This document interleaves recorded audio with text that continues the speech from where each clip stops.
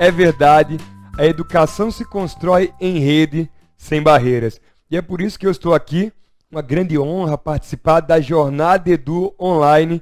Eu sou Pedro Simas, professor, historiador, vice-diretor pedagógico de uma grande rede de educação, um pesquisador na área de direitos humanos e um entusiasta das metodologias ágeis, ativas e das pesquisas sobre organizações multigeracionais.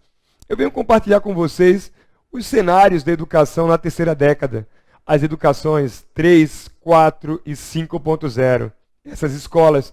Mas antes, nós faremos uma viagem histórica para entender como chegamos até aqui, da primeira educação até a 5.0. Vamos começar essa viagem e eu espero contribuir bastante com esse evento. Vamos lá! Antes de começar, eu queria fazer uma pesquisa com cada um de vocês. Pega o celular aí, dá uma lida nesse QR Code e responde essa pesquisa. Eu quero entender quantas gerações diferentes estão assistindo esse vídeo. Muito obrigado pela sua resposta. Vamos começar. No ano passado, no segundo semestre, o Estadão lançou uma reportagem que trazia uma pesquisa que mostrava que boa parte dos professores, dos novos professores, tem se formado à distância, por modalidade EAD. Nesse mesmo período também saíram outras matérias. Por exemplo, uma delas falava que alunos começaram a lembrar muito mais dos professores do YouTube do que dos professores da sala de aula, dos professores presenciais. Muita gente começou a ficar de cabelo em pé. Mas espera aí, o que foi que mudou? Bom, vamos começar a entender lá de trás. Os primeiros modelos de educação, eles eram bem diferentes dos que nós temos hoje. Era a época da educação 1.0. Mas quais são as características desse primeiro modelo? Bom, esse primeiro modelo, ele existe há milênios. Era aquela educação fornecida para pequenos grupos ou até de maneira individual. Se você, por exemplo, lembrar da Grécia Antiga, poucos jovens estudavam em liceus privilegiados por terem professores filósofos. Se a gente viajar um pouquinho mais para cá, lá na Idade Média, nas universidades, as aulas eram ministradas para pouquíssimos alunos, grupos geralmente que faziam parte do clero, da Igreja Católica. Então, a educação 1.0 era uma educação restrita para poucos, geralmente para membros da elite, e mais, pautada no princípio de que todo o conteúdo ele era transmitido para o aluno, que o recebia de maneira passiva, e o professor era considerado o centro do conhecimento. Com o tempo a coisa mudou.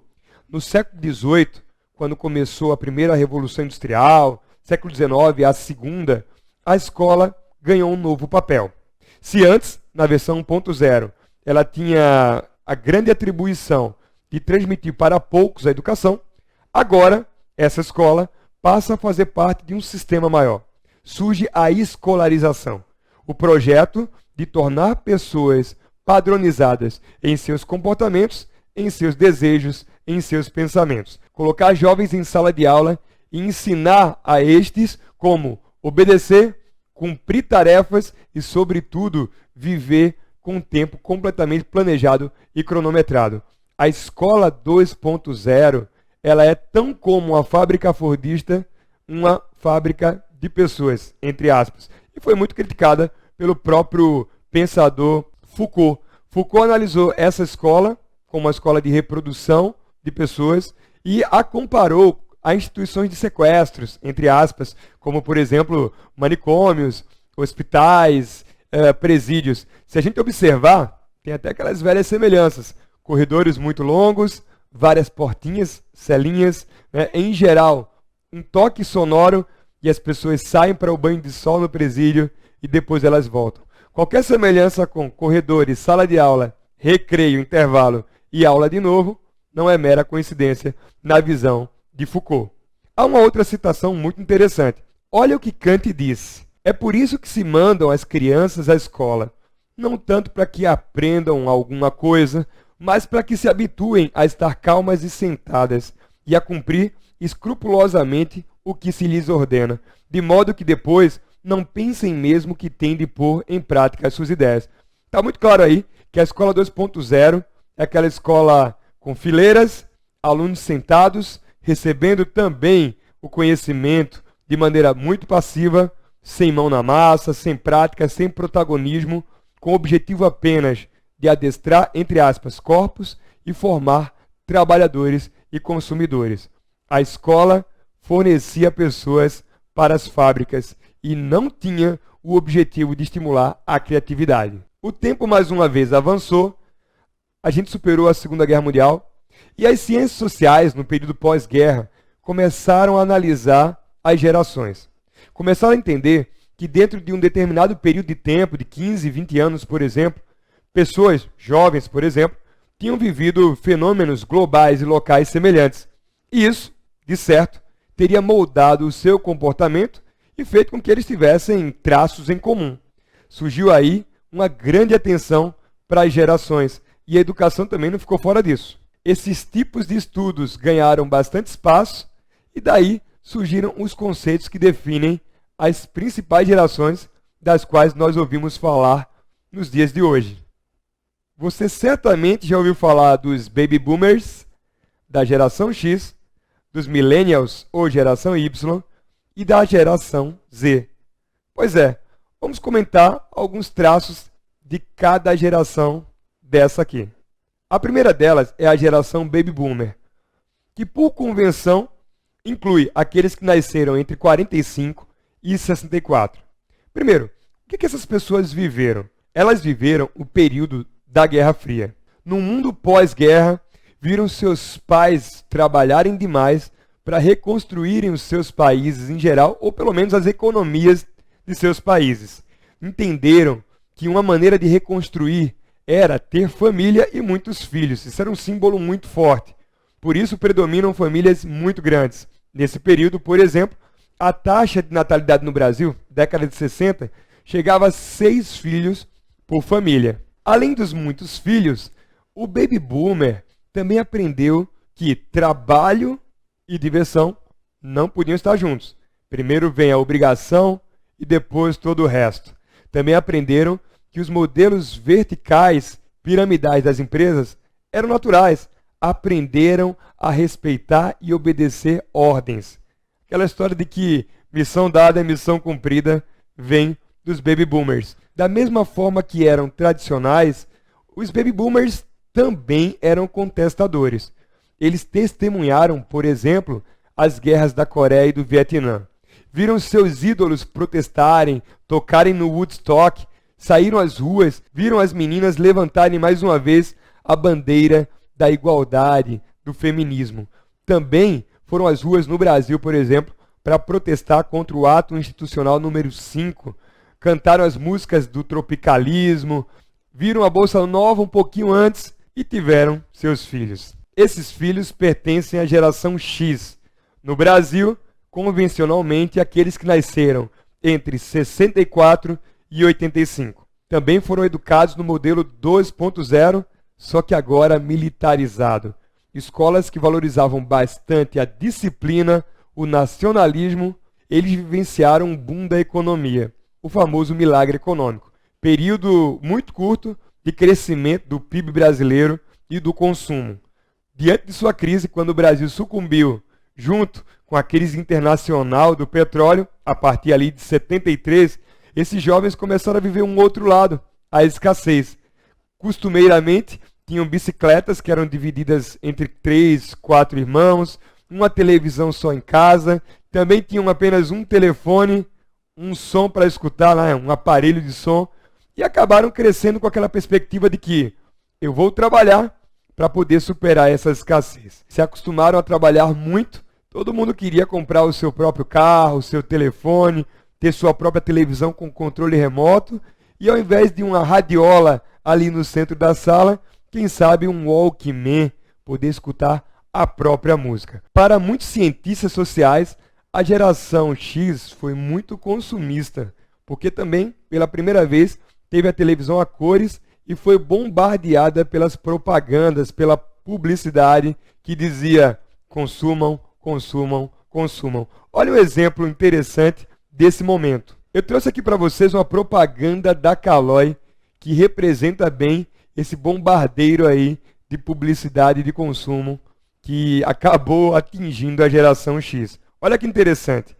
Nessa época, os jovens recebiam na rádio e na TV a informação: olha, a Caloi lançou uma nova bike, bicicleta, a Berlinetta, o modelo Berlinetta. Passe na loja mais próxima, pegue um cartaz e leve para casa para convencer seu pai de comprar uma para você e para seus irmãos. Geralmente se dividia, né? Olha que interessante essa publicidade. Não esqueça a minha Caloi. As crianças iam em qualquer loja da Caloi, pegavam esses cartazes e colocavam a fotinha 3x4 em cima aqui, ó, desse rosto que não está aparecendo no cartaz, né? É justamente para isso. E aí a ideia é: espalhe esse cartaz pela casa e convença seu pai e sua mãe de comprar essa linda bicicleta. Isso é só um exemplo de como essa geração ela foi estimulada ao consumo, acabou se tornando muito dedicada ao trabalho, começou a valorizar muito a promoção dentro de uma empresa. Muitos casos existem dos X que começaram, por exemplo, no primeiro posto da organização e acabaram como gerentes, presidentes. A ascensão dentro das empresas era muito valorizada. A geração X teve menos filhos que os pais, que tinham 6. Acabaram tendo 2, 3, viviam em apartamentos, num processo de verticalização das cidades. Esses filhos formaram a nova geração, a Millennials ou a geração Y. Os Millennials, que nasceram no final da década de 80 até ali o finalzinho da década de 90, perceba que o intervalo está diminuindo, eles viveram num mundo completamente diferente. O governo Sarney, quando ainda eram crianças, Collor, depois o governo FHC, o Plano Real, a eleição de Lula no início dos anos 2000, conheceram a internet pela primeira vez, a internet que era discada nos finais de semana. Lembra daquele modem que ficava chiando e o bonequinho do Windows Messenger rodando, girando, ficava quase tonto até conseguir conectar. Baixar uma música MP3 era um desafio, eram horas, e ninguém imaginava assistir um vídeo em tempo real. Nós conhecemos os primeiros provedores de internet, a AOL, tivemos e-mails gratuitos da AOL, acessamos as salas de bate-papo do Mirk, da América Online e depois da UOL, tivemos conta no falecido Orkut e iniciamos o Facebook. Também vivenciamos o surgimento das primeiras startups de grande sucesso que nós temos hoje, como a Google, por exemplo. Vimos os nossos pais trabalharem demais, mas também na internet encontramos um mundo sem fronteiras, conhecemos novas culturas, novos lugares e percebemos que existiam novas possibilidades. Foi a geração Y que adentrou uma nova educação. A escola 2.0, lá da Revolução Industrial, que permaneceu até o finalzinho do século XX, passou a ser substituída pela educação 3.0. Esse é um quadro que resume algumas características das novas escolas do século XXI, que estão marcando muita presença nessa terceira década. Mas antes, eu quero falar um pouquinho mais do século XXI. Se os primeiros anos 2000 foram vividos por adolescentes da geração Y, essa fase também marcou a chegada de duas novas gerações, a geração Z e a geração Alpha. Vamos falar um pouquinho desse mundo chamado de VUCA. VUCA é um acrônimo de volátil, incerto, complexo e ambíguo. Pois é, esses novos tempos são caracterizados por muita velocidade, por muita mudança. Inclusive, a mudança é a única constante dessa nova era. A geração Z é formada por aqueles que nasceram a partir de 2000. Já a Alpha, por aqueles que nasceram a partir de 2010. Então é fundamental entender este novo mundo e como esses jovens se comportam para que a gente possa entender também os novos rumos da educação. Se nós já falamos de primeira, segunda revolução industrial, a terceira revolução industrial aconteceu após a Segunda Guerra Mundial, com a energia nuclear, o advento dos primeiros computadores, agora nós vivemos a quarta revolução, caracterizada pela inteligência artificial, pela robótica, a internet das coisas, a realidade aumentada, a impressão 3D, nanotecnologia e biotecnologia. Tudo isso tem acontecido de maneira muito veloz. E os grandes impactos dessas transformações nas indústrias, nas economias, nas formas de produzir e consumir, trazem esses dados que eu vou mostrar no próximo slide. Olha agora esses números que eu confesso que são um tanto assustadores. Vou ler aqui. 47% das profissões que existem hoje tenderão a deixar de existir até 2030. São dados do Banco Mundial, tá? Daqui para lá, 2030, o mundo terá mais, pelo menos, 800 milhões de desempregados por conta da tecnologia, sobretudo da inteligência artificial. 65% dos jovens de hoje terão profissões que ainda não existem. No Brasil, 67% dos jovens têm se arrependido das profissões e dos cursos superiores que escolheram até os 30 anos de idade.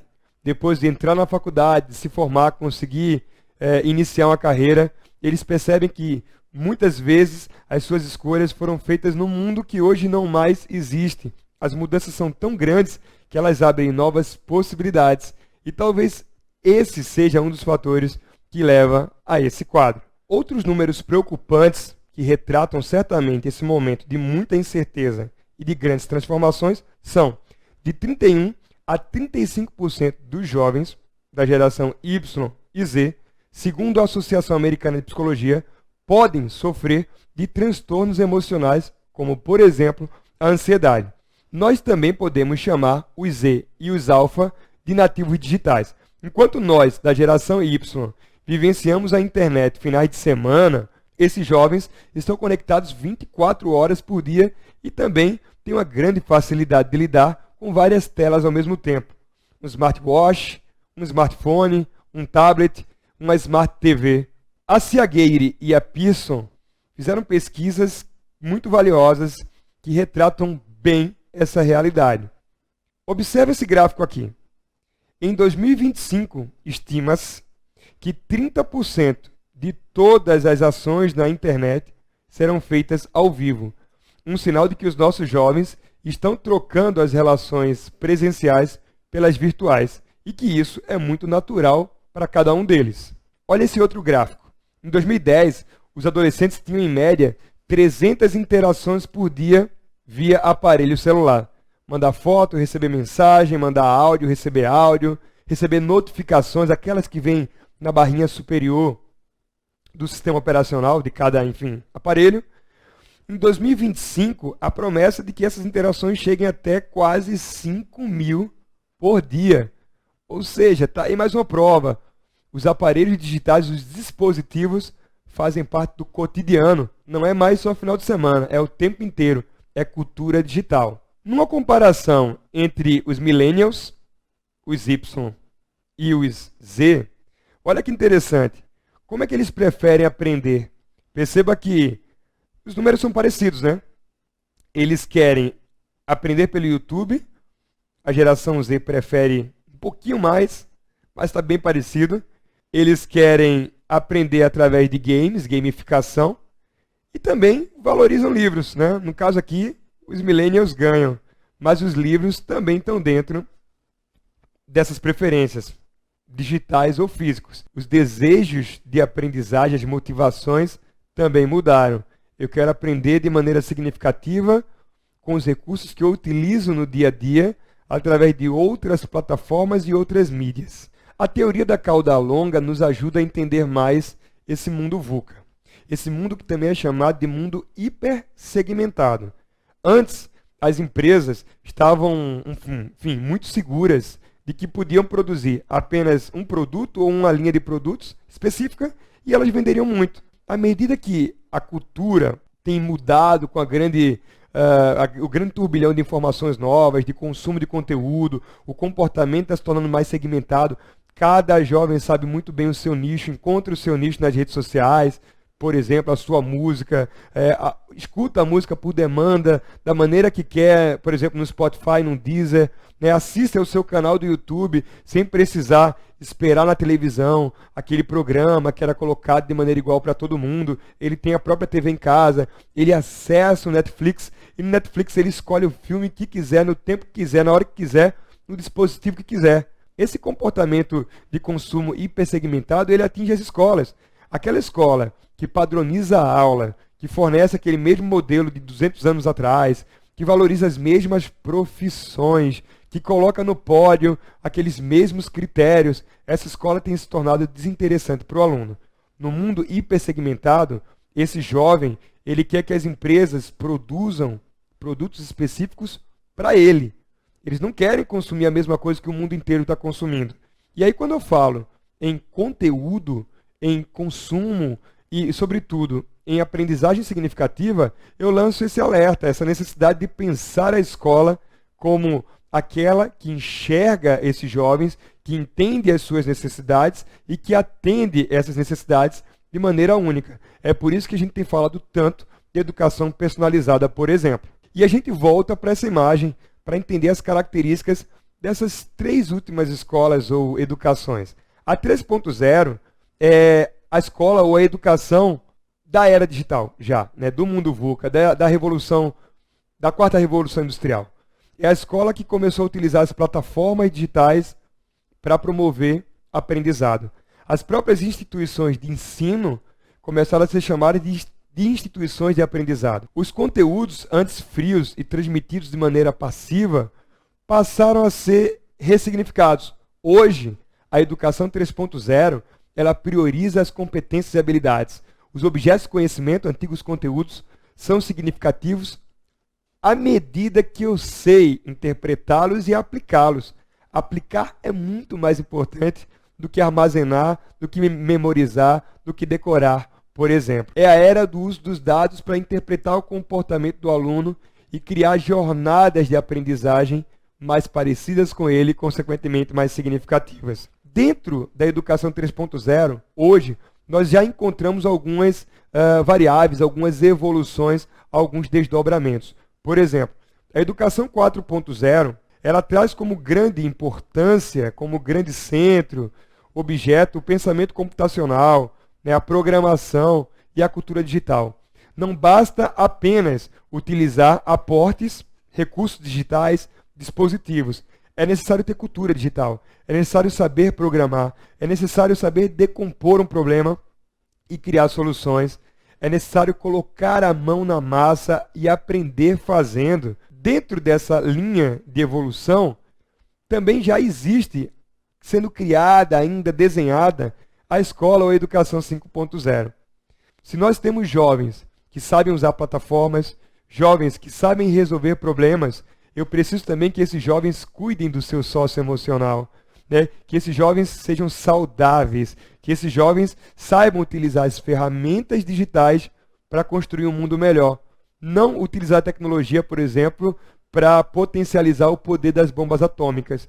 Usar tecnologias para resolver os problemas da sociedade. Nós temos aí dois conceitos muito valiosos. Hard skill, as habilidades que provêm dos conhecimentos científicos, da prática, dos métodos, e o soft skill, a habilidade que provém da inteligência emocional e da inteligência relacional. É importante ter pessoas utilizando a tecnologia de maneira saudável. 3.0, a tecnologia, né, o domínio da tecnologia. 4.0, essa tecnologia para criar soluções. 5.0, ambientes que estimulem esse jovem na caminhada para o autoconhecimento, para as escolhas com protagonismo, para que eles escrevam a própria história e para que eles se deem bem com os outros, saibam viver bem em comunidade.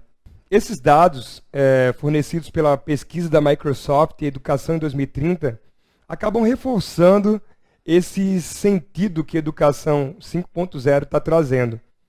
Por exemplo, 30 a 40% das contratações serão feitas com base nas competências socioemocionais. Na mesma pesquisa, uma entrevista feita com empregadores mostrou que 58% dos jovens recém-formados em universidades não têm, na visão dos empregadores, as habilidades socioemocionais, as competências socioemocionais, os soft skills necessários para o novo mercado, para a nova economia.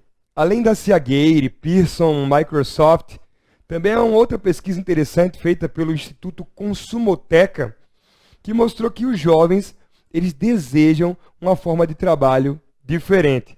A geração X priorizou a satisfação financeira. Lembra que a gente falou, né? A geração X trabalhou demais e consumiu demais porque viveu uma escassez muito grande pós-crise do milagre econômico lá na década de 70. Por um outro lado, a geração Y da década de 90, 80, 90, ela priorizou demais a realização pessoal, ela acessou a internet pela primeira vez, as redes. Já a geração Z, que segundo a pesquisa da Consumoteca, também é conhecida como Ctrl Z, porque traz as características das duas, ela avança e ela vai um pouquinho para trás, ela avança e ela recua um pouquinho.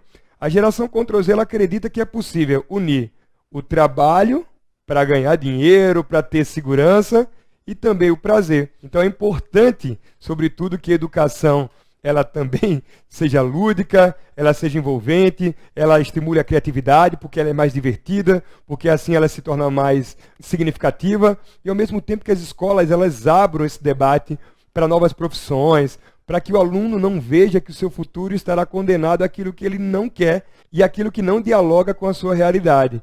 É o tempo de olhar para o jovem que quer ter segurança, mas quer ter diversão. É o tempo de olhar para o jovem que quer ser criativo e que é criativo quando se envolve. É o tempo de olhar para o jovem que é protagonista. Bom, eu espero ter contribuído. No final, aqui no último slide, estará o meu contato. Quem quiser saber mais, bater um papo, fica à vontade. Vamos conversar, que eu quero também aprender com você. Mais uma vez, é uma honra participar da Jornada Edu e a gente se vê na próxima. Um forte abraço.